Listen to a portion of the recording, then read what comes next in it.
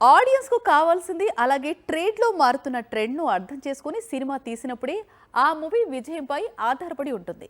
ఇప్పుడు ఇండియన్ సినిమాకు ధురంధర్ ఫీవర్ పట్టుకుంది. అందుకే ఎన్టీఆర్ డైరెక్టర్ కూడా ఇప్పుడు ధురంధర్ 2 ఫార్మాట్ లో మూవీని ప్లాన్ చేస్తున్నాడట. మార్చ్ 19న రిలీజ్ అవుతున్న ధురంధర్ 2కు త్వరలో ఎన్టీఆర్ రిలీజ్ చేస్తున్న కొత్త చిత్రానికి ఒక లింక్ కుదిరే అవకాశం ఉంది. అదేంటంటే ధురంధర్ రిలీజ్ ప్లాన్ ను ప్రశాంత్ నీల్ తన కొత్త చిత్రానికి అప్లై చేయబోతున్నాడు.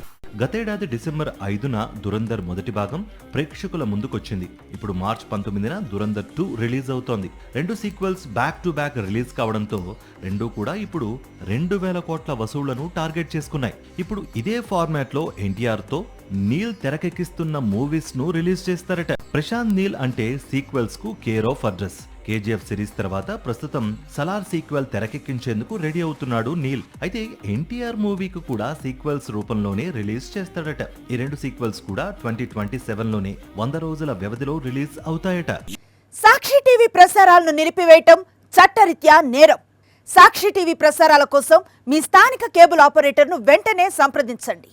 DTH లో ఇంటర్నెట్ లో కూడా సాక్షి టీవీ ప్రసారాలను వీక్షించవచ్చు.